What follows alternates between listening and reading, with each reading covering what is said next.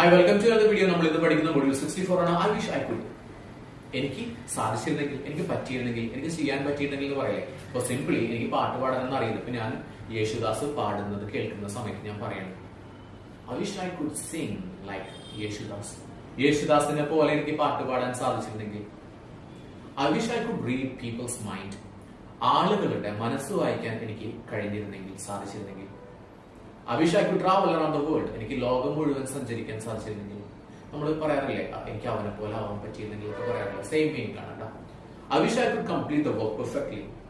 എനിക്ക് ഈ ഒരു വർക്ക് പെർഫെക്റ്റ് ആയിട്ട് കംപ്ലീറ്റ് ചെയ്യാൻ പറ്റിയിരുന്നെങ്കിൽ. I wish I could win. എനിക്ക് ജയിക്കാൻ പറ്റിയിരുന്നെങ്കിൽ. I wish I could draw. എനിക്ക് വരയ്ക്കാൻ പറ്റിയിരുന്നെങ്കിൽ. I wish I could learn to cook new dishes. പുതിയ ഡിഷുകൾ ഉണ്ടാക്കാനായിട്ട് എനിക്ക് പഠിക്കാൻ പറ്റിയിരുന്നെങ്കിൽ. I wish I could build a house. എനിക്കൊരു വീട് ഉണ്ടാക്കാൻ പറ്റിയിരുന്നെങ്കിൽ. I wish I could build a house. I wish I could write a story. എനിക്കൊരു കഥ എഴുതാൻ പറ്റിയിരുന്നെങ്കിൽ. എനിക്കതൊക്കെ പബ്ലിഷ് ചെയ്യാനില്ല. സോ ഞാൻ പറയണത്, എനിക്കൊരു കഥ എഴുതാൻ പറ്റിയിരുന്നെങ്കിൽ എന്നൊക്കെ പറയില്ലേ, ആ ഒരു യൂസേജാണ്. നിങ്ങൾക്ക് കൂടുതൽ എക്സാമ്പിളുകൾ ക്രിയേറ്റ് ചെയ്യാവുന്നതാണ്. I wish I could read a book. എനിക്കൊരു ബുക്ക് വായിക്കാൻ പറ്റിയിരുന്നെങ്കിൽ. I wish I could pass the exam. എനിക്ക് ആ ഒരു എക്സാം പാസ്സാവാൻ സാധിച്ചിരുന്നെങ്കിൽ.